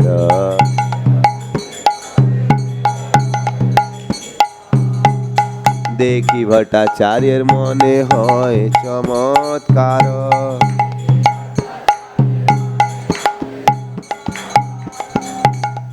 और यह देखकर हमारे भट्टाचार्य के मन में क्या हो रहा है, चमत्कार हो रहा है कि अरे बाप, ये क्या चल रहा है। हाथी लोग हरे कृष्णा करना नाच रहा है। पथे जाइते करे प्रभु उच्च संकीर्तन।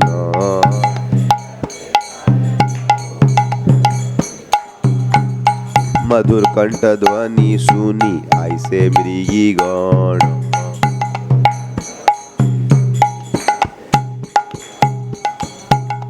और पथ से जाते समय आप जोर जोर से कीर्तन करे थे और उनके सुंदर ध्वनि को सुनकर समझ रहे बहुत सारे हिरण लोग क्या हो गए आकर्षित, हिरण हिरणी आकर्षित।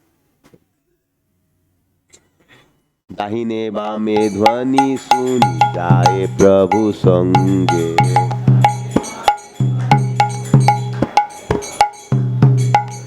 प्रभु तार अंग मुचे श्लोक पड़े रंगे।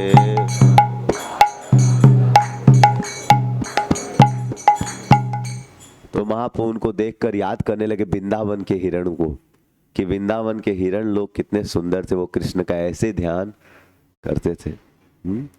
तो महाप्रभु जा रहे हैं झारखंड से, लेकिन ध्यान कहां पर उनका, वृंदावन। नेक्स्ट 37। अभी कुछ ही देर में ड्रामा चालू होगा, 5 मिनट में पहले। तो वहां पर हेन काले व्याघ्र तथा आइला 5-7।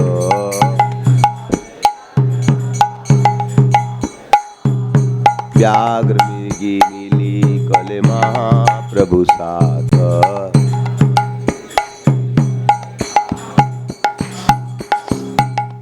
तो हेन काले, उसी समय वहां पर ऑलरेडी कौन थे, हिरण लोग थे, हिरणी लोग थी।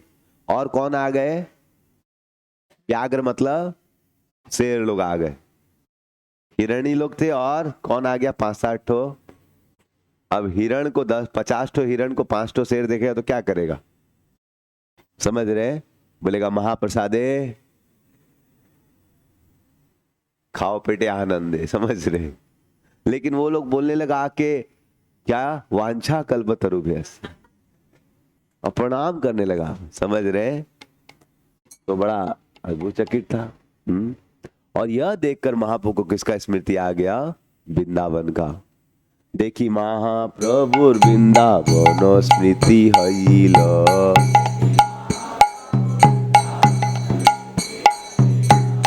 वृंदावन गुण वर्णन श्लोक पढ़ील।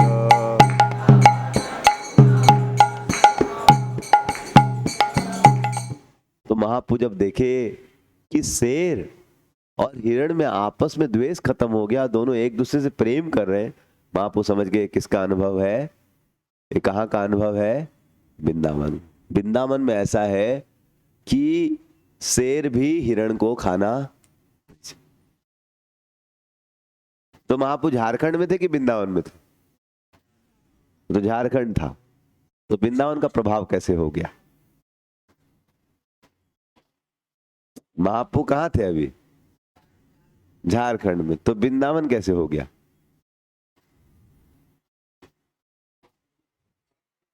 हाँ, क्योंकि महाप्रभु कीर्तन कर रहे थे। तो जहां पर भी भक्त लोग कीर्तन करेंगे, हरे कृष्णा कृष्णा कृष्णा हरे हरे राम राम राम हरे हरे।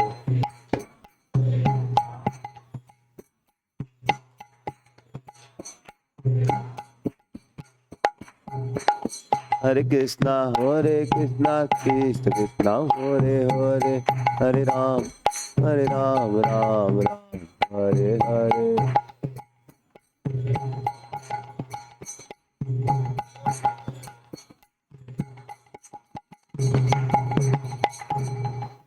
तो अब ये जगह क्या हो गई है? नायक प्लाजा नहीं, अभी वृंदावन। यहाँ पर भी हरि का नाम लिया जाता है। तो जिस घर में भी हरि को केंद्र बनाया जाए, हरि का नाम लिया जाएगा, तो वहां पर देखेंगे धीरे धीरे सब झगड़े कम हो। वहां पर झगड़े कम नहीं भी हो तो एटलीस्ट कृष्ण हमेशा रक्षा करेंगे। तो इस प्रकार से कृष्ण हमेशा भक्तों की रक्षा। तो वृंदावन का ऐसा स्वभाव है कि लोगों का आपस में जो बैर भाव है खत्म हो जाता। कृष्ण कृष्ण कह करी प्रभु जबे बोलीला, कृष्ण कोई व्याघ्र मृग ना जीते। और व्याघ्र भी नाचने लगा और एक दूसरे को पकड़ के नाचने लगा। समझ रहे? शेर किसको पकड़ के नाचने लगा? बड़ा अद्भुत चमत्कार था। शेर किसको पकड़ के नाच रहा है? तो ये अद्भुत चमत्कार हो रहा था। तो बलभद्र अपने आंखों से चमत्कार देख रहा था। और व्याघ्र मृग अन्य कोरे आलिंगन। तो क्या करे थे आपस में? शेर और हिरण आलिंगन करे। समझ रहे? और एक दूसरे का किस लेने लगे। क्या करने लगे? मुखे मुखे दिया कोरे अन्यों ने चुम्बन। समझ रहे? इतना उनमें प्रेम आ गया कि शेर किसका किस लेने लगा। समझ रहे? ऐसा होता नहीं है। और आप भी भाव में आके ऐसा मत कीजिएगा। बड़ा प्रॉब्लम हो जाएगा। आप बोलेंगे प्रभु जी क्लास में सुने थे, हम भाव में आ गए। समझ रहे? भाव को थोड़ा सा शिथिल रखिएगा। समझ रहे? तो जो भी महापु देख के बड़े हंसने लगे और ये प्रकार से। तो हम भी अगर भगवान का नाम लेंगे तो हमारे अंदर भी अवश्य भगवान के प्रति प्रेम हो जाएगा। हमारा घर भी क्या बन जाएगा? वृंदावन बन जाएगा। आप लोग चाहते हैं कि आप लोग अपने घर को वृंदावन बनाएं? तो सब लोगों को रोज एटलीस्ट प्रयास करना चाहिए कि हम लोग माला करें। तो आप लोग को रोज एटलीस्ट प्रयास करना चाहिए भगवान के लिए। बहुत सारे लोग 16 माला करते हैं, 2 घंटा ही लगता है ज्यादा समय, और उससे आपका जीवन, भगवान आपके जीवन में प्रवेश कर जाते हैं। तो आप लोग से विनती है, एटलीस्ट पूरी में हम लोग 2-3 दिन है अभी, तो रोज 2 दिन और है, तो प्रयास कीजिए 16 माला करने का। और उसके बाद भी घर जाइए और देखिए बहुत अच्छा लगेगा। और साथ ही साथ भगवान की प्रसन्नता के लिए जीना चाहिए। ऐसे बहुत लोगों के चेहरे पे कितना सुंदर तिलक लगा हुआ, तो सबको क्या करना चाहिए? भक्तों को तिलक धारण करना चाहिए। तो इस प्रकार से हम अपने घर को भी क्या बना सकते हैं? ठीक है। तो अभी हम लोग कुछ ही देर में ड्रामा चालू होने वाला है। हाँ, तब तक हम ड्रामा चालू होने के 5 मिनट पहले हमारे साथ बहुत ही वरिष्ठ वैष्णव है, जो कि बहुत ही अद्भुत भक्त है। तो बहुत दिनों से वो बहुत अच्छी भक्ति कर रहे हैं, हमारे रमेश प्रभु। हरि बोल। तो रमेश प्रभु कुछ जगन्नाथ जी के बारे में 10 मिनट बताएंगे और उसके बाद ड्रामा चालू करेंगे हम लोग। हरे कृष्णा। तो रमेश प्रभु बहुत ही सुंदर भक्ति 2014 से ही कर रहे हैं, 14-15 से शायद।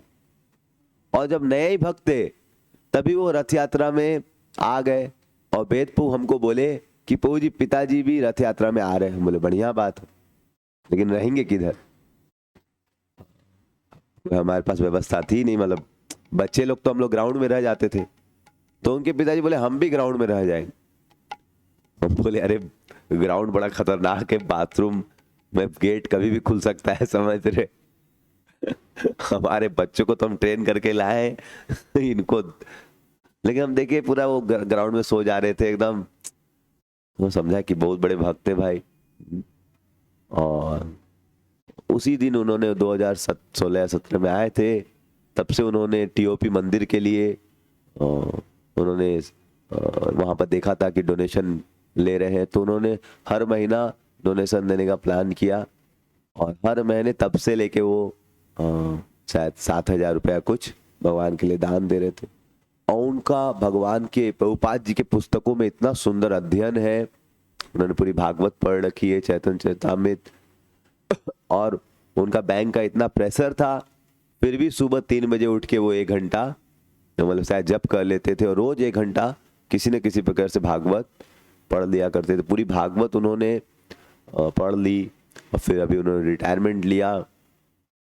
और भगवान कैसे रक्षा करते अपने भक्तों की, तो 2004 से उनका शनि चल रहा था, शनि का 7.5, और 7.5 साल थोड़ा शनि का क्या होता प्रभाव, लेकिन वो अपनी कुछ किए नहीं, जस्ट भक्ति बढ़ाते गए। तो बहुत बार शनि का कुछ प्रभाव आता था, लेकिन वो किसी प्रकार से बच जाते। तो एक बार वो हल्दिया में ही थे, कुछ दिनों पहले रिटायरमेंट के बाद आए थे, तो वो और माता जी दोनों, उनकी पत्नी दोनों ही बगल में लेटे हुए थे, और 2 बजे उनकी 2:30 बजे नींद खुली, और उन्होंने हरे कृष्णा बोला और करवट बदली। और उसी समय पंखा चल रहा था, और चलता हुआ पंखा गिर गया। अब चलता हुआ पंखा गिरेगा, ठीक है, और उनके सर पे ही गिरने वाला था, लेकिन सर उन्होंने हरे कृष्णा बोल के, मतलब वो जानबूझ के नहीं कि वो सोए हुए थे, अपने आप उनका मन हरे कृष्णा बोल के करवट बदल लिया, और पंखा वहीं पर गिरा। लेकिन अब इतने स्पीड में, क्या बोलते हैं उसको, क्या बोलते हैं उसको, ताड़ी, क्या बोलते हैं, प्लेट्स। तो उसकी प्लेट जो है घूम रही थी बड़ी तेजी से। अब सोचिए बहुत स्पीड में पंखा गिरेगा, प्लेट घूम रही है, तो ऐसे भी कटेगा। लेकिन उनके ऊपर पंखा गिरा, उनको खरोच भी नहीं आई, हरी वो। और बता रहे थे कि वो उनका कली का 7.5 साल का लास्ट दिन था। वो उनका क्या था, 7.5 साल का। तो कली प्रभाव किया, लेकिन चूंकि उन्होंने भगवान हरि का आश्रय लिया था, भगवान हमेशा रक्षा। और उनके बहुत सारे अनुभव हैं, और जो भक्त लोग यूट्यूब चैनल पे, हल्दिया यूट्यूब चैनल को देखते हैं, मैंने उनको सजेस्ट किया था कि मेरे को समय नहीं मिल पाता है, आप अगर प्रवचन देंगे तो अच्छा रहेगा। तो उन्होंने हर एक श्लोक पे इतना सुंदर प्रवचन दिया है कि आप बहुत ही मंत्रमुग्ध हो जाएंगे। कितना सुंदर तरीके से उन्होंने स्टडी कर रखा है। तो अभी हम लोग उनके मुख से कुछ पूरी की महिमा, उनकी इच्छा थी बोलने की, सुनेंगे और फिर ड्रामा देखेंगे। हरे कृष्णा। आपको सुनने की इच्छा है तो बोलिए हरि बोल।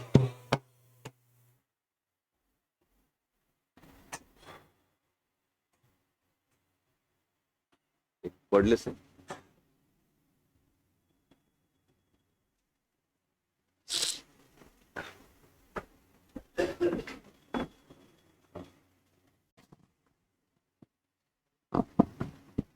हरे कृष्णा।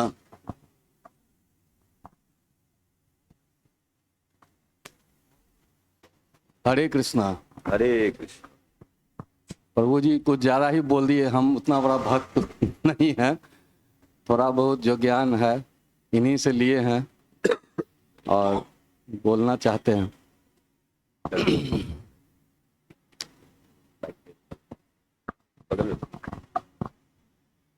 हम बहुत कम समय में थोड़ा सा बोलना चाहते हैं कि हम लोग यहाँ पर जुटे हैं किस लिए।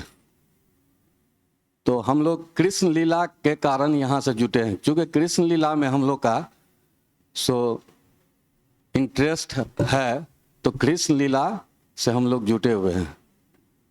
और कृष्ण लीला सबसे अच्छा लीला है, इसके बारे में हम थोड़ा सोचने लगे। जो भगवान का तो बहुत सा अवतार है और देवी देवता का भी बहुत सा लीला है, तो भगवान के अपने भी बहुत अवतार थे, उस और देवी देवता के भी बहुत लीला हुए, लेकिन सबसे अच्छा कृष्ण लीला क्यों है?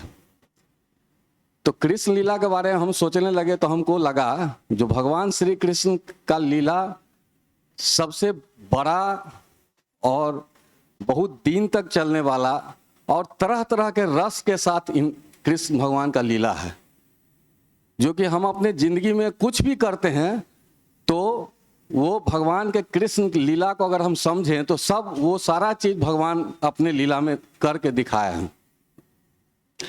अब देखिए, भगवान विष्णु के ही बहुत से अवतार हुए, जैसे बड़ा अवतार, नरसिंह अवतार या बहुत सा अवतार हुए, लेकिन भगवान श्री कृष्ण का जितना लंबा लीला है उतना लंबा और उतना रस उन अवतारों में नहीं था।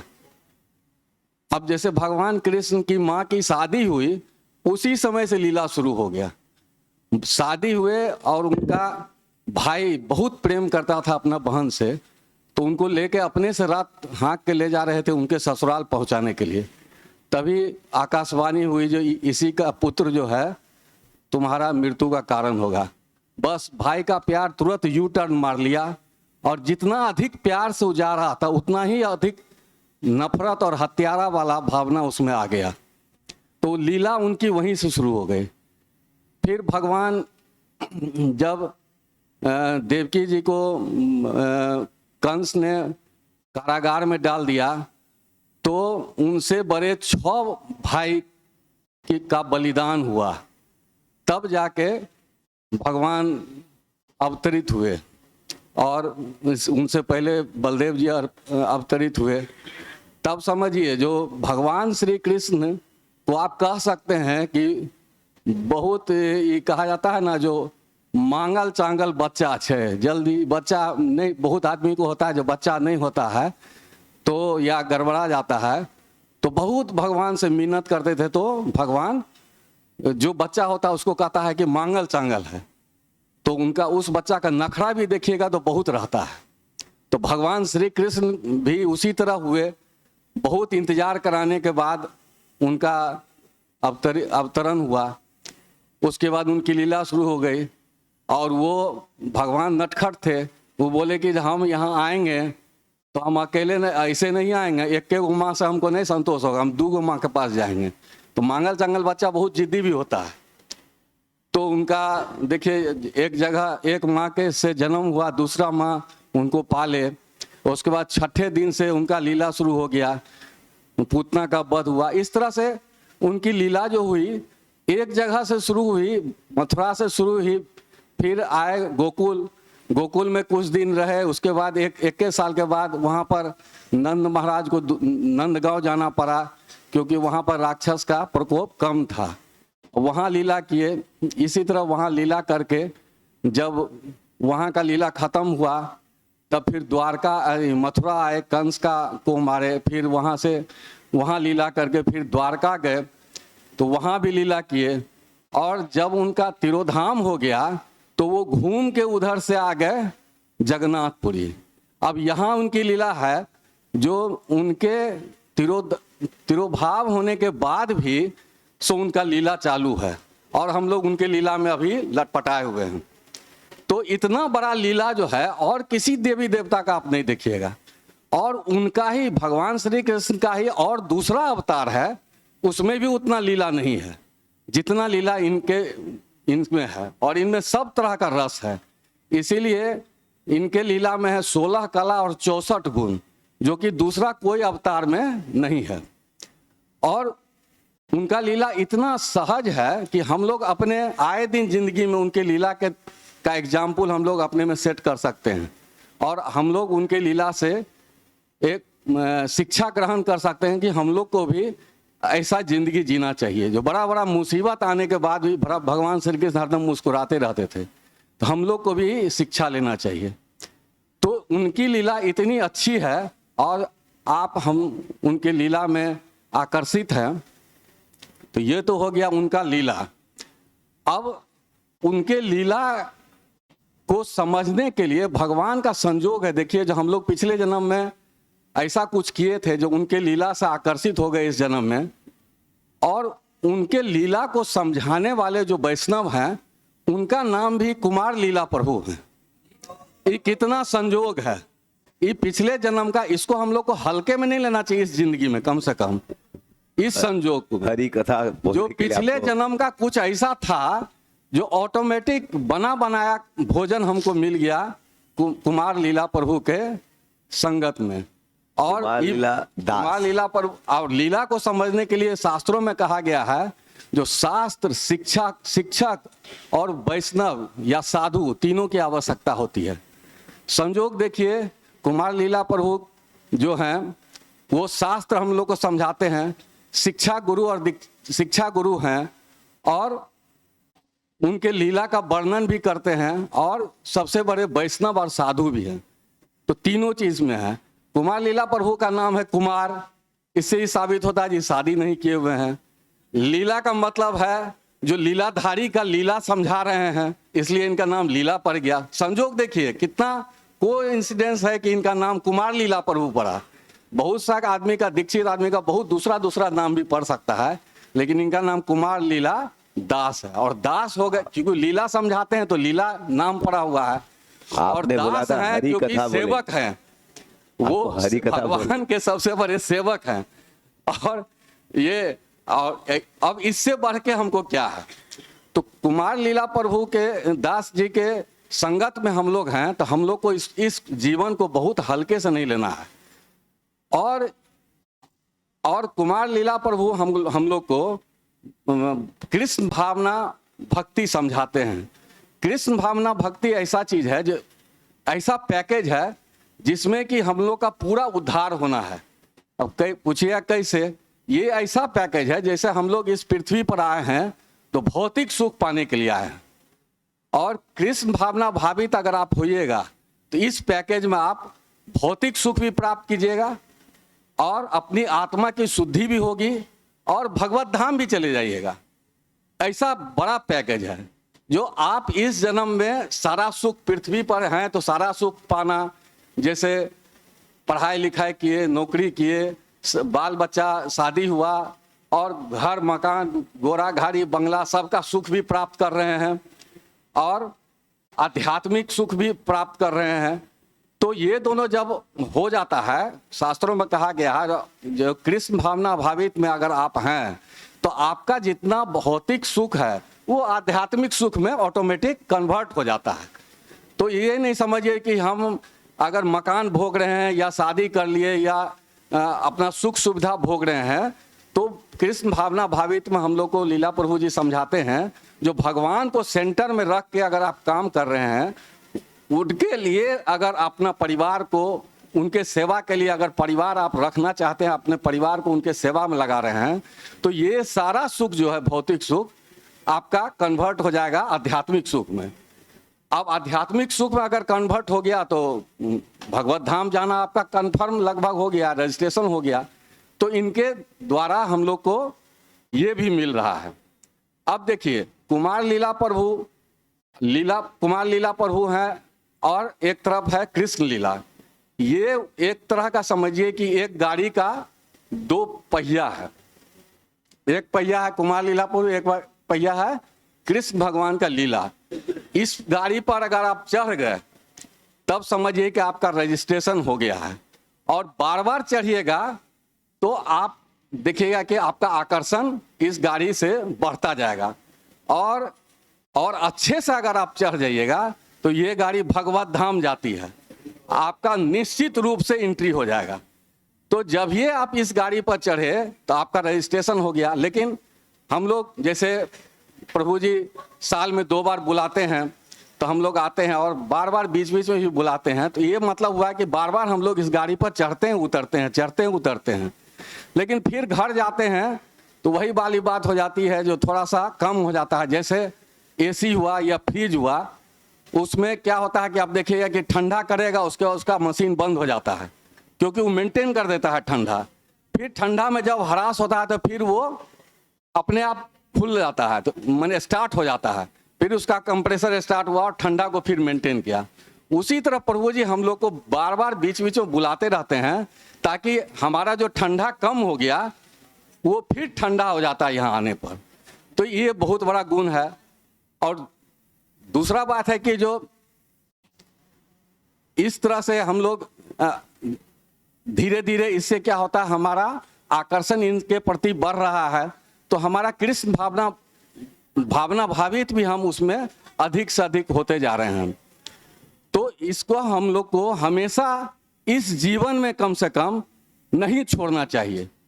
और हम लोग को ये सोचना चाहिए, जो इतना बड़ा वैष्णव, इतना शुद्ध वैष्णव, जिसको आप कह सकते हैं खरा सोना, 24 कैरेट खरा सोना, ऐसे हम लोग को भगवान हाथ पर ला के दे दिए हैं, जिनको कि हम लोग को नहीं छोड़ना चाहिए। नहीं तो हम लोग, कलयुग कहा जाता है, जो 10,000 वर्ष के बाद प्रभुपाद जी बोले कि कलयुग और खराब होगा, उसके बाद और खराब होगा, तो हम लोग बार बार जन्म लेंगे, तो बद से बदतर, जिसके बारे में सोच नहीं सकते, उस कलयुग को हम लोग फील करेंगे।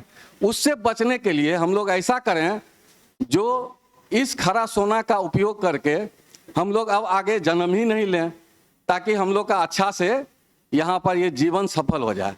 अब आप कहिए कि जो प्रभु जी को खरा सोना क्यों कहा जाता है, खरा हीरा क्यों नहीं कहा जाता है? तो देखिए, खरा हीरा जो अगर खाइएगा तो आदमी मर जाता है, लेकिन खरा सोना को खाता है तो आदमी में ताकत आ जाता है। पहले पहले महाराज लोग क्या करते थे, सोना का भस्म खाते थे। हीरा का भस्म किसी खाने के बारे में हम लोग नहीं सुने हैं, जबकि हीरा हमेशा सोना से महंगा होता है। खाया जाता है तो सोना का ही भस्म खाया जाता है, या चांदी का भस्म खाया जाता है। बहुत तरह का बीमारी को ठीक करने में भी पहले के बहुत धनी आदमी सब सोना का भस्म का यूज करते थे। तो आप समझ लीजिए, इतना अच्छा सोना मिला हुआ है, अगर इनका उपभोग हम लोग नहीं करेंगे तो ये जीवन हम लोग का व्यर्थ है। तो हम लोग को बहुत सीरियसली सोचना चाहिए अपने बारे में।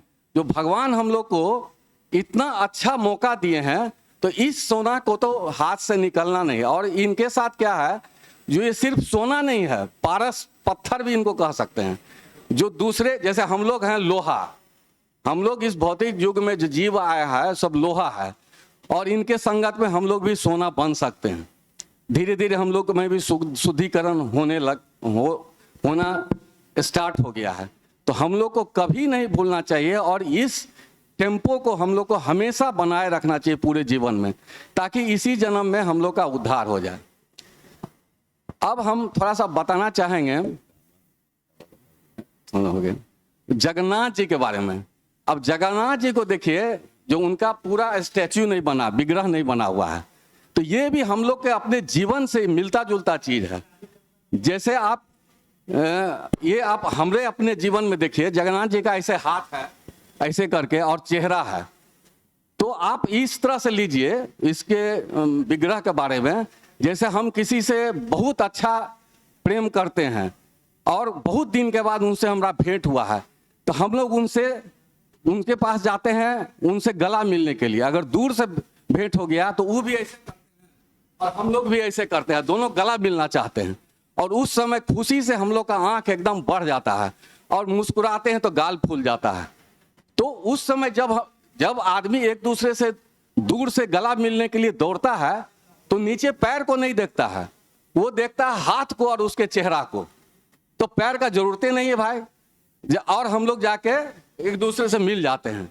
उसी तरह भगवान जगन्नाथ जी का जो है, ये दिखा रहे हैं कि आप उस भाव से मेरे साथ आइए, तो हम तैयार हैं गला मिलने के लिए। और हम लोग को यहाँ पर उसी भाव से रहना है। और वो भाव क्या है, जो वो भाव पैदा करते हैं लीला प्रभु जी हम लोग में। नहीं अगर ये रहते तो हम लोग आते, हल्का सा उनको दर्शन देते, और समुद्र के किनारे सेल्फी लेते, वहाँ चिल्का झील घूमने जाते, रेस्टोरेंट में खाना खाते, मौज मस्ती करते हुए यहाँ से निकल जाते। लेकिन प्रभु जी को देखिए, 4 दिन में भोरे 3 बजे से लेके 3:30 बजे से और रात में 9 बजे तक ऐसा लपेटे रहते हैं, दिन 1 सेकंड भी हरिनाम को बखसते नहीं है। तो ये इस तरह का भाव हम लोग को दे देते हैं 4 दिन में, जो जगन्नाथ जी हम लोग को गला लगाने के लिए बाध्य हो जाएंगे। तो अब इसलिए भी हमको इनको नहीं छोड़ना है।